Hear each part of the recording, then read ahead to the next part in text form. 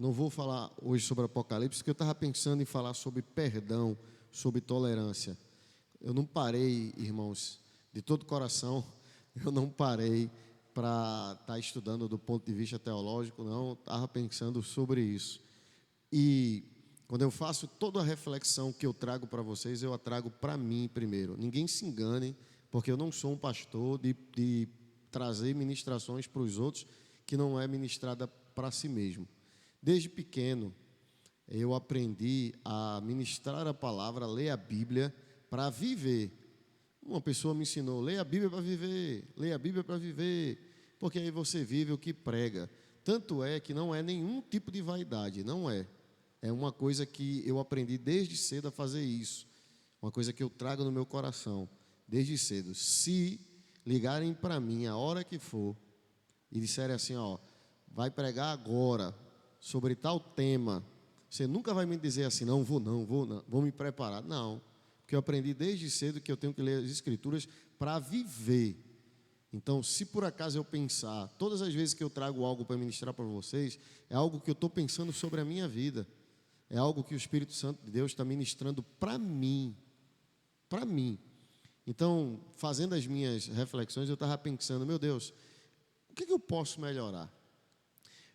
O que a gente pode fazer para estar mais próximo de Jesus? O nosso papel é um papel de se aproximar de Jesus. É sermos como Jesus é. Logicamente, somos falhos. Nós somos limitados. Nós temos erros. Ninguém aqui é perfeito. Eu gosto de dizer que esse negócio é tão maluco que o apóstolo Paulo, que a gente admira tanto, abriu a boca, Danilo, para dizer assim, dos pecadores eu sou o principal. Eu fico imaginando, se Paulo disse que ele, dos pecadores, era o principal, imagine eu. Estou quebrado, né? Então, eu sou... É brincadeira, irmãos. A gente é falho, mas a gente tem que ter esse desenvolver e olhar, né? E eu gostaria de chamar você para ler comigo aqui o capítulo 18 do livro de Mateus. É importante, umas coisas que a gente vai falar aqui. Eu quero convidar você a ler com muita calma. Deixa eu só pegar aqui o meu contexto aqui, que eu tirei. Capítulo 18, enquanto você abre. Isso. Só isso. Versículos 23 a 35. A parábola do credor incompassível, ou seja, sem compaixão. Versículo 23 em diante. Jesus ele vai dizer assim, esse texto aqui, o capítulo 18, seria interessante você ler ele todinho, com muita calma, mas a gente vai olhar isso aqui. Jesus vai dizer assim, versículo 23, ele vai dizer, por isso o reino dos céus pode comparar-se a um rei que quis fazer contas aos seus servos. E começando a fazer as contas, foi-lhe apresentado um que devia 10.000 talentos. E não tendo ele com que pagar, o seu senhor mandou que ele, sua mulher e seus filhos fossem vendidos, e tudo quanto ele tinha, porque a dívida, para que lhe pagasse a dívida. Vamos para o texto. Então aquele servo, prostrando-se, o reverenciava, dizendo, Senhor, seja generoso para comigo, e tudo eu te pagarei. Então o senhor daquele servo, movido de íntima compaixão, eu vi uma pessoa esses dias falando assim, quando a Bíblia fala de entranhas, né? Aí o cara disse assim, que ele tentou dar uma explicação sobre entranhas, porque a gente fala assim, eu amo fulano do fundo do meu coração. A gente diz assim, né? A gente fala do fundo do coração. Só que para os antigos, eles diziam o contrário, eles diziam nas entranhas. Eles diziam assim, é como se fosse estômago mesmo, né? As vísceras, ali algo do fundo mesmo. Porque eles entendiam que as emoções, elas partiam disso, né? Isso é uma coisa tão interessante para os mais jovens que gostam de estudar, que o nosso estômago, o nosso intestino, ele é chamado de segundo cérebro. Você pode observar que qualquer pessoa, quando tem muito estresse, uma das características de pessoas que se estressam são problemas estomacais e intestinais. É interessante isso, porque é provado que as células nervosas se ligam com aquilo que a gente chama de segundo cérebro, que é o estômago. Por isso que o indivíduo, quando está muito estressado, ataca logo a gastrite, né? Eu sei o que é isso. O cara perguntou, rapaz, o que é que está vendo? Trabalho demais. Eu digo, olha, é gastrite, duodenite, esofagite, é tudo com ite. Que é o estresse. Por quê? Porque eles entendiam que essas emoções, e não está errado. Se você vê, hoje em dia, os cardiologistas, quando vão tratar as pessoas, às vezes, os cardiologistas de hoje estão passando probióticos para melhorar a flora intestinal, porque diz, tem que resolver, às vezes, muitas questões. O indivíduo não está dormindo bem, o indivíduo está com não sei o quê, quando vê problema de intestino, problema de estômago. Por isso que os antigos, eles diziam isso assim, das entranhas, o que é mais fundo, essas emoções. Aí depois a gente começou a criar alguns jargões assim, eu amo fulano do fundo do meu coração, né? Eu vi alguém dizendo assim que o lado esquerdo da gente é o lado do amor. Aí eu perguntei à pessoa, por que o lado esquerdo é o lado do amor? Aí alguém disse assim, não, porque o coração é do lado esquerdo. Eu digo, bem, o meu não, o meu coração é no centro, né? Não conheço ninguém que tem um coração do lado esquerdo. Se o cara não entende muito bem de anatomia. Do lado esquerdo, a gente tem uma cavidadezinha do coração, mas o coração é no centro. E o cara diz assim, estou sentindo uma dor aqui do lado esquerdo, estou sentindo uma dor do lado esquerdo. Ai, meu coração, não é o coração, é gases. Do lado esquerdo aqui, não é coração, é gases. O coração fica no centro, né? E eu morro de rir dessas coisas, porque às vezes a gente cria coisas que não existem. Quando ele diz assim, movido de íntima compaixão, tem expressões aí na Bíblia que fala assim, entranhas. É algo que vai lá no fundo, se mover de íntima compaixão, de você se colocar no lugar do outro, de você ver o mundo como o outro vê. Aí vamos para a Bíblia. E começando a fazer as contas, apresentou um que ele devia 10.000 talentos. E não tendo ele com que pagar, o seu senhor mandou que ele, sua mulher e seus filhos fossem vendidos, com tudo quanto tinha, para que a dívida lhe fosse paga. Então aquele servo, prostrando-se, o reverenciava, dizendo, Senhor, tenha misericórdia de mim, eu te pagarei. Então o senhor daquele servo, movido de íntima compaixão, é algo anormal, no fundo mesmo, movido de íntima compaixão, soltou e o perdoou. Deixa eu dizer uma coisa, ele devia 10.000 talentos. Cada talento aqui equivalia a mais ou menos 1.000 dracmas. Cada dracma equivalia a um dia de trabalho. Se você for fazer as contas, e você for fazer o cálculo, transformar os 10.000 talentos em dracmas, ou denários, desculpe, dracmas não, denários, que era o pagamento de um dia de salário, ele tinha uma dívida impagável. Se ele vivesse 10.000 anos, se ele vivesse 6.000 anos, ele não pagaria essa dívida nunca. E aqui no texto fala de um rei que chama os seus servos para prestar conta de uma dívida que era impossível pagar. E quando a gente lê o texto, a gente vê que Jesus está falando do próprio Deus. Jesus está dizendo que todos são devedores a Deus. Todos nós somos devedores de Deus. De uma dívida que nós não temos condições nenhuma de pagar. Uma dívida impagável. E ele pede assim, isso aqui são figuras de linguagem que se usa na época, porque na época quando você não tinha como pagar uma dívida, ou você usava um parente resgatador, ou quando você não tinha recursos, o credor poderia pegar um filho, pegar a esposa, pegar a família e levar para trabalhar como escravos, até pagar a dívida. Agora, a gente está falando de uma dívida impagável. A gente está falando de uma dívida que não tem condições nenhuma de se pagar. E se o indivíduo, como ele fez aqui, pegou a esposa, pegou os filhos, meu amigo, os netos, os bisnetos, os tataranetos, os tataranetos, não é que eu sou gago não, irmão, porque não sei como é que funciona esse negócio, não iam pagar a dívida nunca. A dívida era uma dívida impagável. Do ponto de vista espiritual, é a mesma situação de todos nós. Todos nós somos devedores. E eu ainda digo mais, o apóstolo Paulo, ele diz uma coisa interessante, ele chega a dizer assim, diante de Deus, seja todo homem mentiroso, Qualquer homem que quiser argumentar com Deus, seja todo homem mentiroso e Deus verdadeiro. Se Deus não quisesse nos perdoar, ele continuava sendo Deus. Deus não precisa de Alisson para ser Deus. Se Deus decidisse não perdoar ninguém, ele é Deus. Se ele perdoou, ele continua Deus. Então a questão do perdão ou do não perdão não está no homem, está em Deus. Porque no texto ele diz assim, olha, ele tem uma dívida, e ele diz assim, olha, ser paciente comigo, irmão, pelo amor de Deus. O cara diz assim, ser paciente comigo, ó rei, e tudo te pagarei. Ele ia pagar como, irmão? Quando ele ia pagar? Nunca. O que eu posso dizer aqui é que, além de ele dever, ele era mentiroso, porque ele não ia pagar. E o rei tanto sabia que ele não ia pagar, que o rei fez o quê? Perdoou.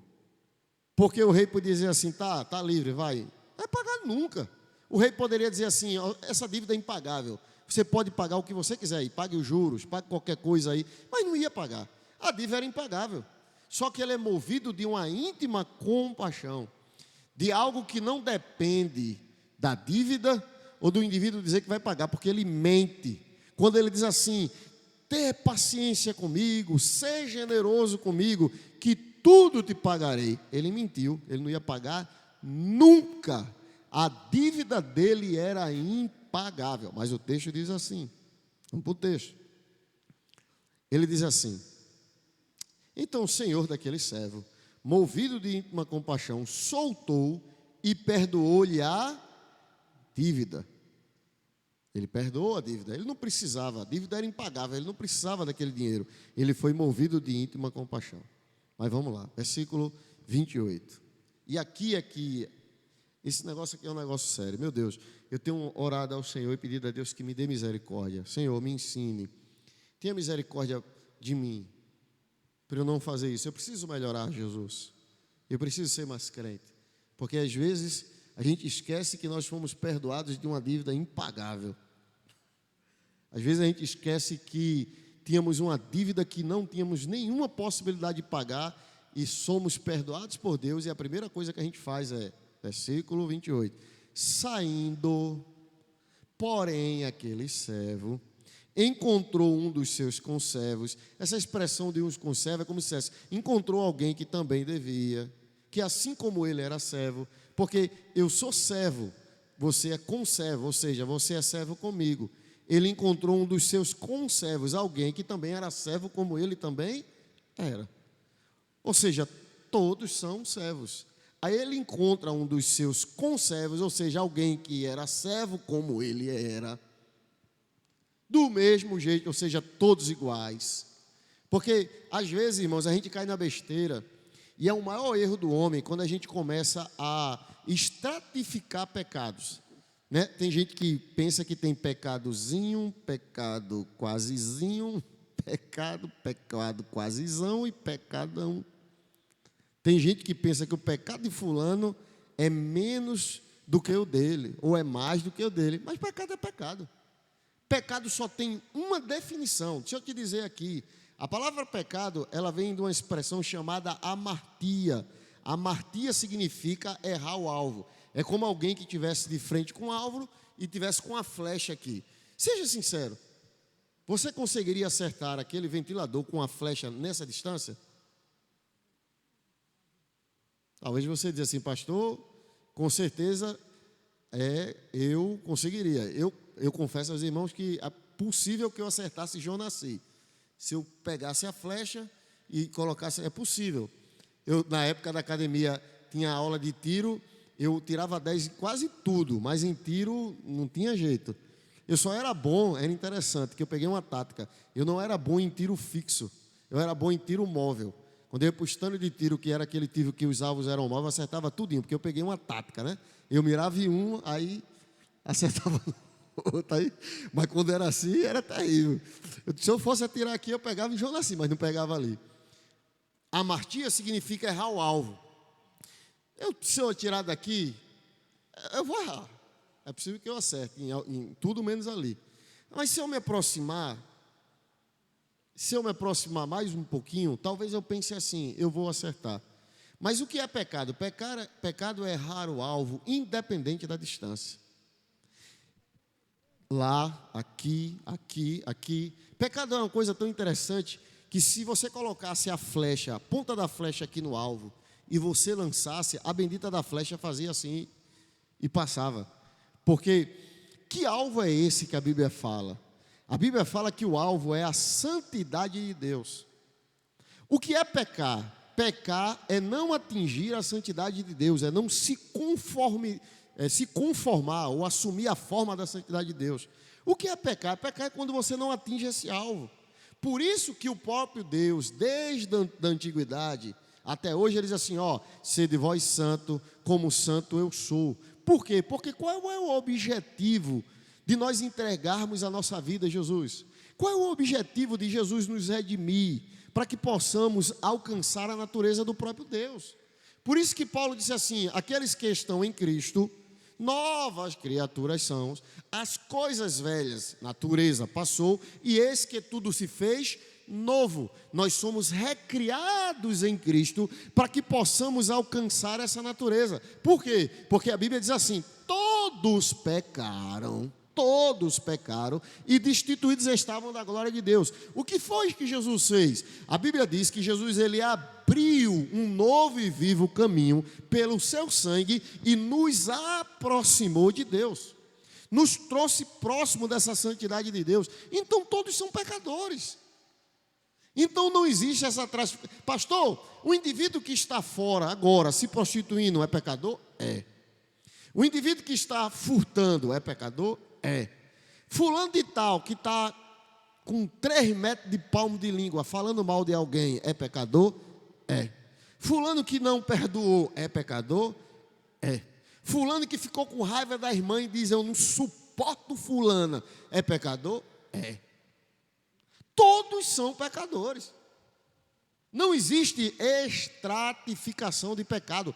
Todos se fizeram pecadores. É próprio da natureza humana. Nenhum homem é capaz de alcançar esse alvo se ele colocar a flecha, não, vou conseguir porque eu sou bonzinho. Negativo. Só que às vezes a gente esquece disso. A gente acha que o pecado só é pecado quando é feito pelo outro. O erro só é erro quando é feito pelo outro.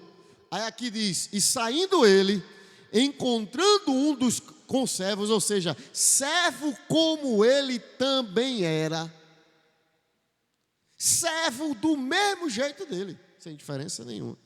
Aí vai dizer assim, olha o texto. O texto vai falar assim, versículo 28. E saindo, porém, aquele servo, encontrou um dos seus conservos, que lhe devia 100 denários. Meu irmão, quantos denários? Vocês aí, acho que a gente fez esse cálculo. Eu me enganei no cálculo, na verdade são 6.000, é isso mesmo, lembrei agora. Um talento são 6.000 denários. Ele devia 10.000 talentos. Multiplica aí na tua cabeça. 10.000 vezes 6.000. Depois tu divide isso por 365 dias. Se você tiver uma calculadora, multiplica 10.000 vezes 6.000 e divide por 360. Você vai encontrar aí a dívida dele em dias, né? Denários. Aí aqui o indivíduo diz assim, veja só, ele devia 10.000, multiplicado por 6, 60.000, multiplicado por mais 1.000, veja quanto esse cara não devia. Meu amigo, quem vive tanto disso, meu irmão? Aí ele sai, o rei perdoa ele de uma dívida que se a gente acreditasse em reencarnação, ele tinha que reencarnar tantas vezes. E se numa dessas brincasse, ele ia reencarnar como uma galinha, um porco, ele ia se quebrar. Aí o bichinho ia ter que nascer, renascer, voltar de novo. É complicado, né? Vai, não pagava. Aí ele sai, olha o que a Bíblia diz. Ele encontra alguém que deve a ele quanto, meu irmão? Quanto é que o indivíduo deve a ele? 100 denários. Ou seja, o cara deve 100 dias de trabalho. Ele teve uma dívida que foi perdoada. É porque eu não estou, deixa eu fazer esse cálculo aqui, meu irmão. Não se preocupe não, puxar uma calculadora, que a gente vai ficando velho. Aí a gente não consegue. 6.000 vezes 1.000 Meu irmão, 6 milhões de dias ele devia, dividir por 360. Meu amigo, não é brincadeira não. Ele ia ter que viver 16, quase 17 mil anos.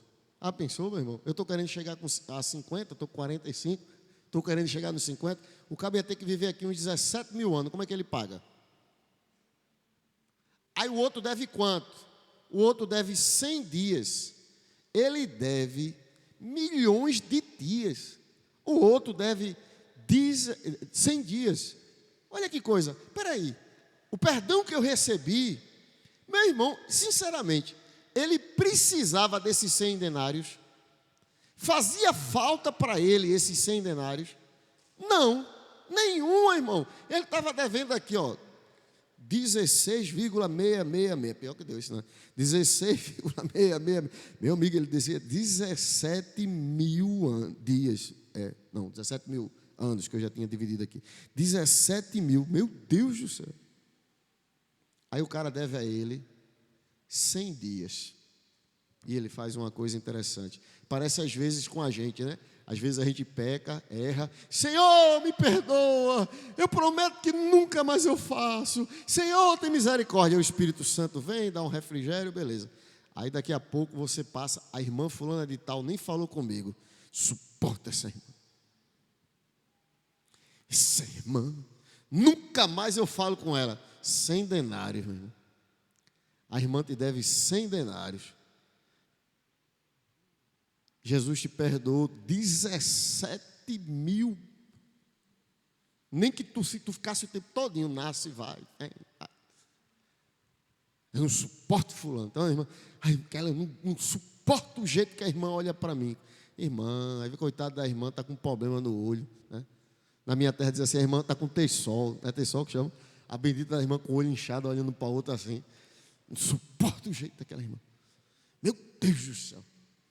Ai, quando eu vejo fulano, e aí, às vezes a gente chega lá e, Senhor, tem misericórdia de mim. Senhor, eu prometo, foi o que ele disse, eu prometo que eu vou te pagar. Aí o rei olhou para ele, peraí, me pagar? Mas como é que se paga tudo isso? Deus, eu prometo que eu não faço. Aí Deus olha assim, pera aí, menino, eu já vi na eternidade que amanhã tu vai fazer, talvez hoje até tu faça.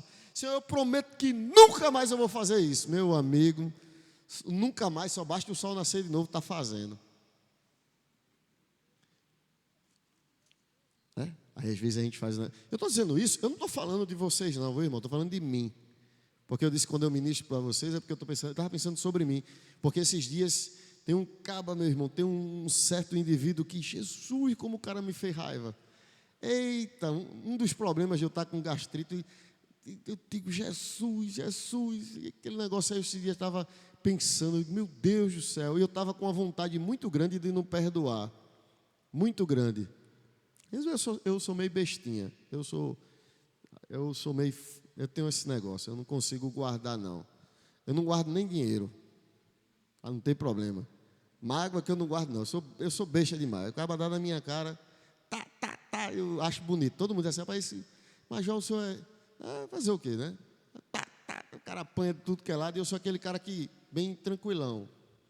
Tem gente, às vezes, no meu aniversário, e não façam mais isso não, no meu aniversário aqui, o pastor vem para cá, aí eu digo, rapaz, eu não quero mais aniversário não.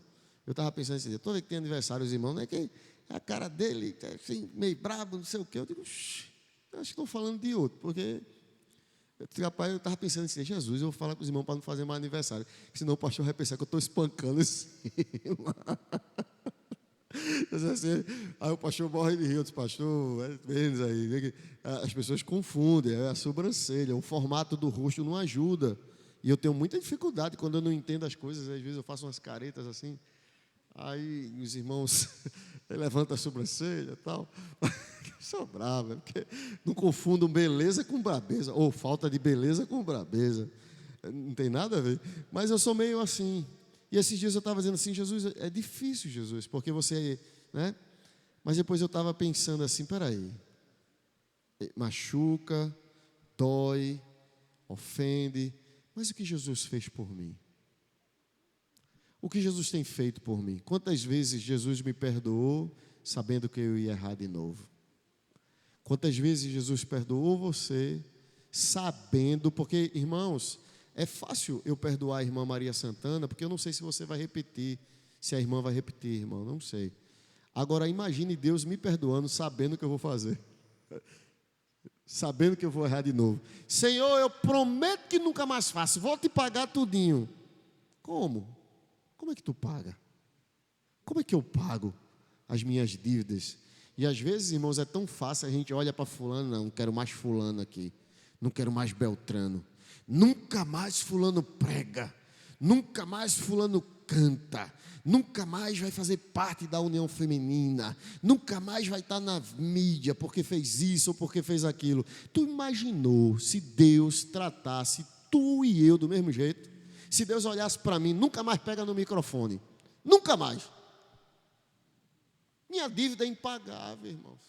Aí às vezes a gente esquece que Deus perdoa, aí a gente sai e encontra alguém que deve 100. Irmão, isso é um absurdo. O cara devia 17 milhões de dias, o cara devia 100 dias. 100 dias. Olha o que ele faz. Às vezes a gente não, vamos ser sinceros, às vezes a gente não faz isso. Faz. Às vezes a gente faz isso. Vamos lá para o texto. E saindo, porém, aquele servo encontrou um dos seus conservos que ele devia 100 denários. Lançou mão dele e sufocava-o, dizendo... Você sabe que essa expressão sufocar é o cara pegar na goela mesmo. Miserável, tu me deve 100. Meu irmão, faz 5 minutos que tu foi perdoado de 17 milhões. Miserável, 100. É brincadeira um negócio desse, meu irmão. Isso não é que nem um amigo que emprestou R$1 ao outro. O cara emprestou R$1 a um indivíduo, R$1, isso não é brincadeira não, ele emprestou R$1. O indivíduo foi, demorou, acho que não passou nenhuma hora.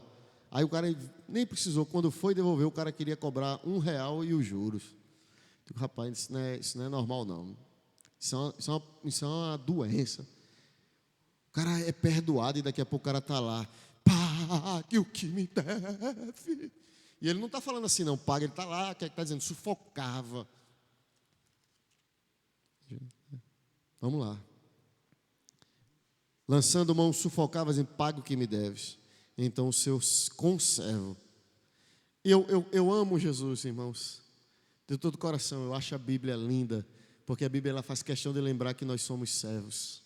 Porque a palavra conservo, Islânia e jovens, é servo como eu sou. Conservo. Tão servo como eu sou. Nós somos servos do mesmo rei. Às vezes a gente deve mais, outros devem menos, mas é dívida do mesmo jeito. Aí ele diz assim, faz questão, né, no jogo de palavra, em São seu conservo, ou seja, tão servo quanto ele, prostrando-se aos seus pés. Por favor, olha para esse versículo 29. O que foi que ele fez? Ele se prostrou aos pés, não foi isso?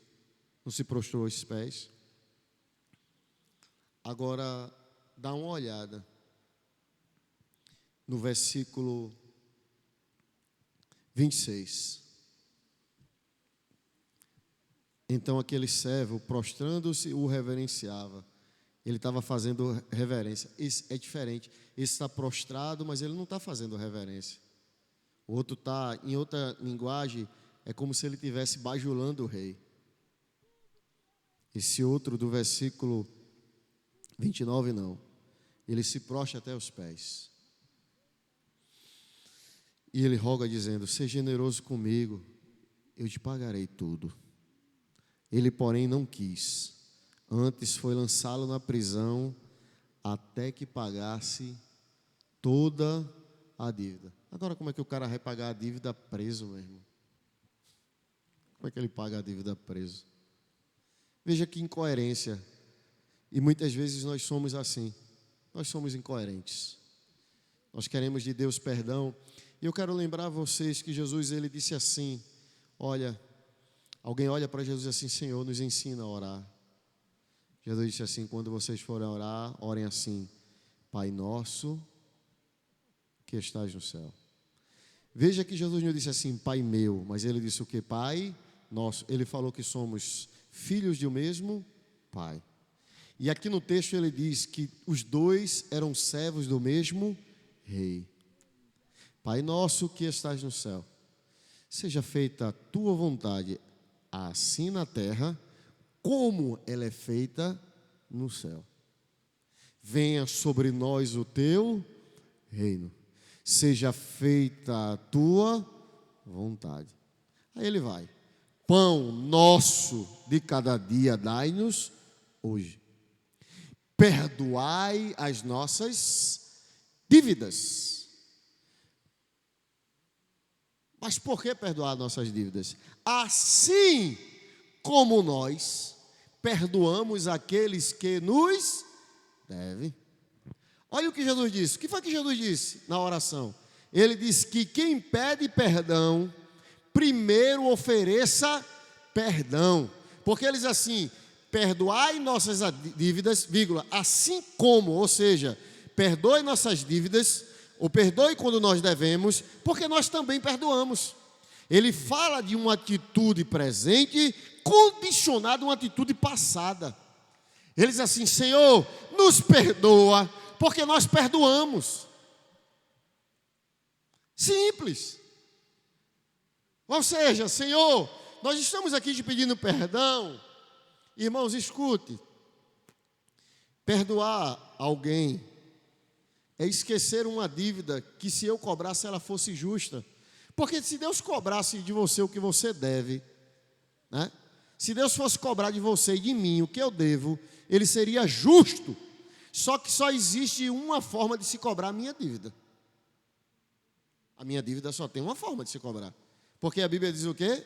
Vocês aprenderam comigo. Toda alma que pecar, que o salário do pecado é que todos são. E qual é a única forma de pagar o pecado? A minha dívida? Morrendo. E o que é morte, meu irmão? Deixa eu te dizer, quando a Bíblia fala de morte, ela não está se referindo à morte física, não. A morte física é apenas uma representação do que é morte. Porque a Bíblia, quando fala de morte lá em Apocalipse, fala da segunda morte. Porque morte é morte espiritual. Essa morte do corpo, ela é uma representação para lembrar a humanidade e apontar para a humanidade que existe algo pior do que ela. Porque a morte física, meu irmão, qual é a dor que um cadáver sente? Tu já viu o cadáver sofrer? O cara fecha o olho, está tudo aqui, todo mundo chorando. Ui, ai, ui, era tão bonzinho, maravilha. Tu nunca vai ver o defunto nem rir, nem chorar, nem achar.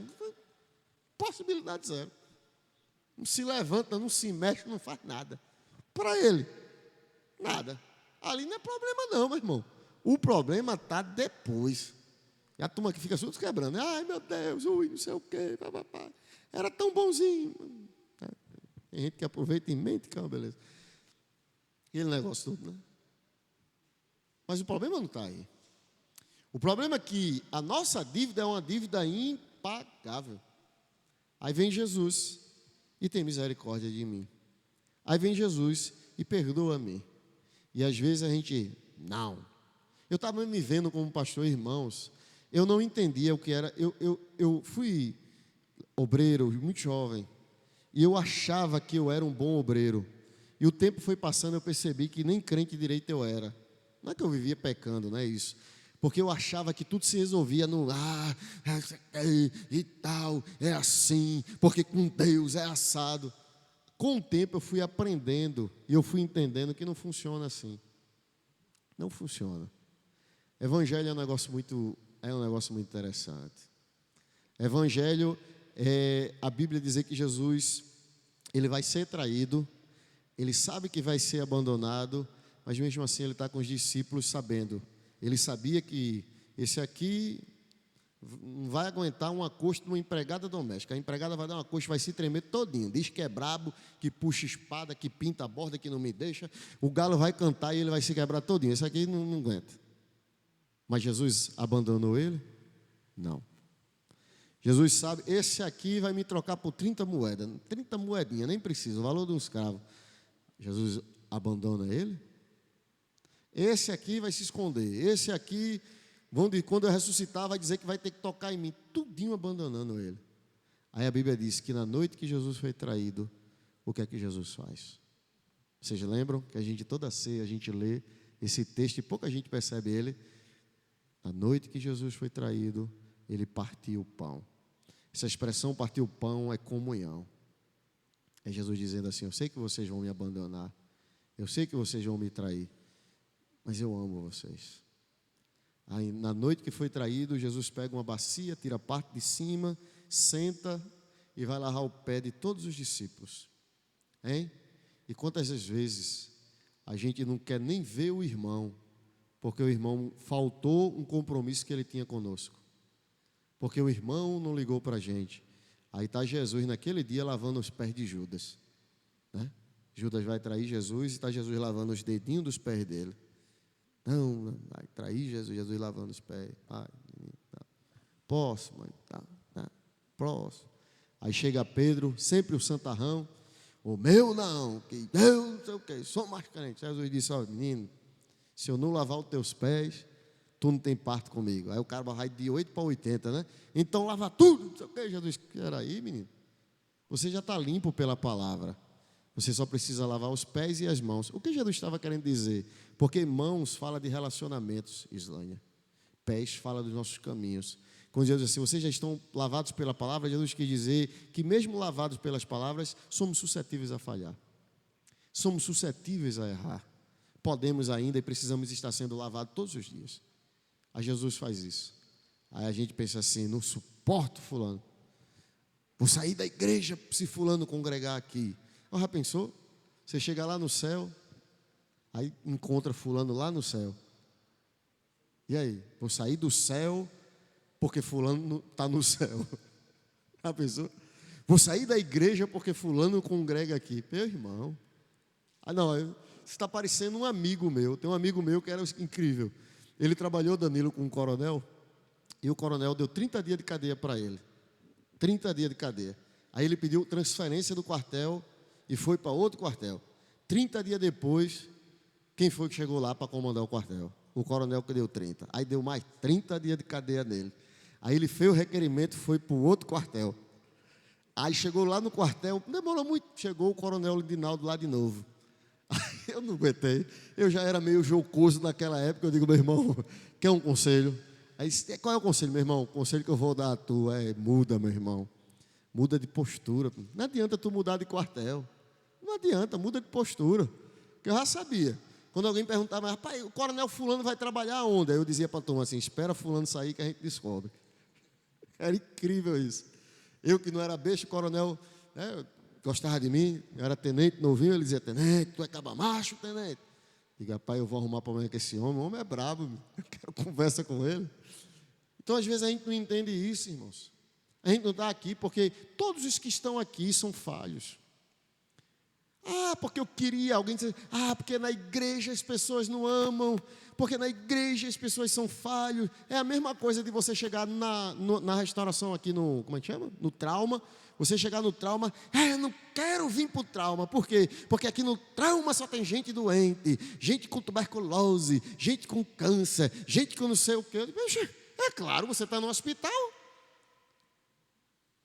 Eu quero sair da igreja porque na igreja tem gente falha.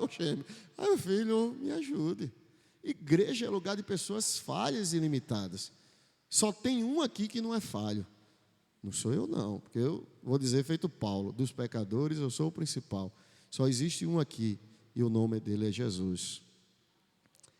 E sabe de uma coisa? Jesus ama perdoar. Jesus ama tolerar. Você vem aqui, quem nunca errou? Você errou, chega nos pés de Jesus e diz assim: Jesus, eu te amo. Jesus, eu preciso tanto de ti, Jesus. Aí o Espírito Santo vai lá, traz aquele refrigério, você sente aquela alegria na alma e você sente que está sendo perdoado. Quem nunca fez isso? Aí daqui a pouco errou de novo, falhou de novo. Jesus! Aí Jesus vai lá, perdoa você e perdoa a mim. Aí às vezes a gente olha para o coitadinho do irmão: quero mais conversa com fulano de tal, não quero mais conversa com Beltrano. O que foi? Fulano disse que meu cabelo não era bonito, fulano disse que eu isso, fulano disse que eu aquilo. Qual o problema? Sofra injustiça, seja servo de Jesus, fique feliz, irmãos. Eu estou dizendo isso porque eu estava dizendo, Senhor, eu disse a Deus assim, Senhor, como é difícil esse negócio, porque às vezes você pega uma bandeira da paz, né? E você levanta a bandeira da paz, mesmo você não estando errado. E a gente, como crente, a nossa bandeira nem branca é, né?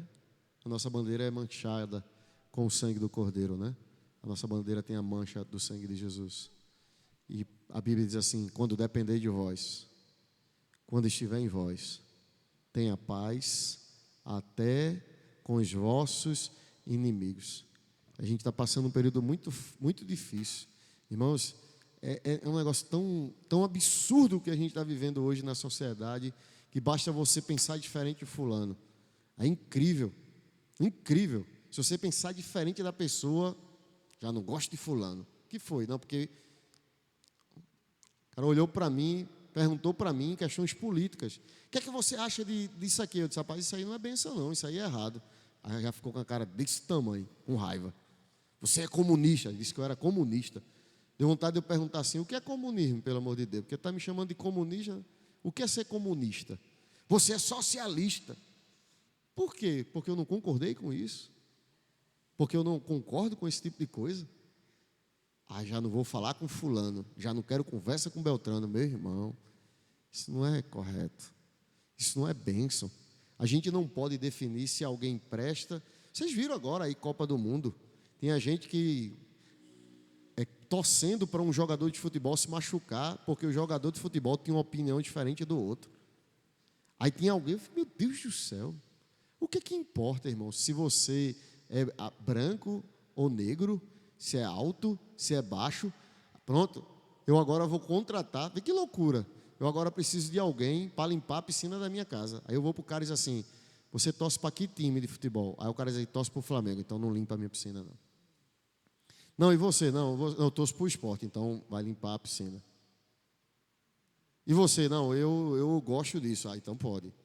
Puxa, eu estou querendo um cara para limpar a piscina? Ou estou querendo alguém que pense como eu? Pelo amor de Deus, irmão. E a gente não percebe que a gente se torna intolerante, bruto, grosso, duro, onde acha que a gente é a medida de todas as coisas. Quem é que pode julgar o coração de alguém aqui? Quem é que pode dizer que alguém é certo ou errado, senão Deus? Senão o Senhor? Eu? Não. Alguém perguntou, e eu sou aquele cara meio assim, você é socialista. Eu digo, desde que nasci. Está capitalista? Também. Também. O negócio não funciona, não. Ela não sabe nem o que é isso e fala as coisas. Mas por quê? Fica com raiva, fica com ranço, né? O cara disse fulano, porque fulano era assim, não merece nem viver. Espera aí, meu irmão. Calma aí. Nós somos servos de Deus. Nós devemos amar todas as pessoas. A gente tem que orar por todos os homens. Todos os homens a gente tem que orar. Todos os dias que a gente dobrar o joelho, a gente tem que orar por todos. Eu passei 4 anos da minha vida. 4 anos, esses últimos 4 anos, eu estava orando, aí eu orava assim, Senhor, abençoe, aí eu oro por vocês. E oro por vocês citando o nome, né? Cito o nome de todos aqui, e família, todos. Quando eu oro, eu faço isso. Aí eu digo, Senhor, abençoe o presidente da República, abençoe os senadores, abençoe os deputados, abençoe os juízes. Aí saiu, vai descendo até vereadores. Senhor, abençoe os motoristas de ônibus, de táxi. Senhor, abençoe os comerciantes, os militares. Eu peço a Deus que abençoe a todos. É assim que eu oro.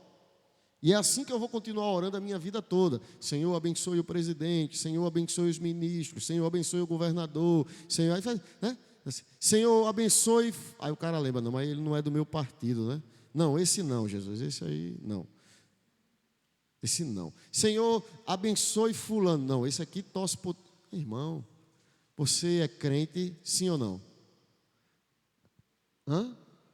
Você serve Jesus? Sim ou não? Então nós devemos amar todos os homens. Todos. Dizer, Senhor, abençoe esta nação. Senhor, abençoe este povo. Dê saúde, dê graça, encha de sabedoria, não é assim? Pastor, abençoe, Deus abençoe, é assim que tem que ser. Senhor, abençoe, continuarei orando assim, todos os dias da minha vida, dê Senhor, dê saúde a Raquel Lira, dê saúde a Lula, dê saúde aos prefeitos, dê saúde, Senhor, Dê força, Senhor. Dê sabedoria. Mas se errar, Deus resolva. Deus resolva. É assim que tem que ser. Por quê? Porque se a governadora de Pernambuco é pecadora, eu também sou. Se ela precisa do sangue do Cordeiro, eu também preciso. Todos pecaram e destituídos estão da glória de Deus. Mas graças a Deus que Ele enviou Jesus, o Salvador de todos os homens. Esse sim, esse nos une. Obrigado, Jesus. Deus te abençoe. Vamos ficar de pé? Tolerar, né? Fazer a oração.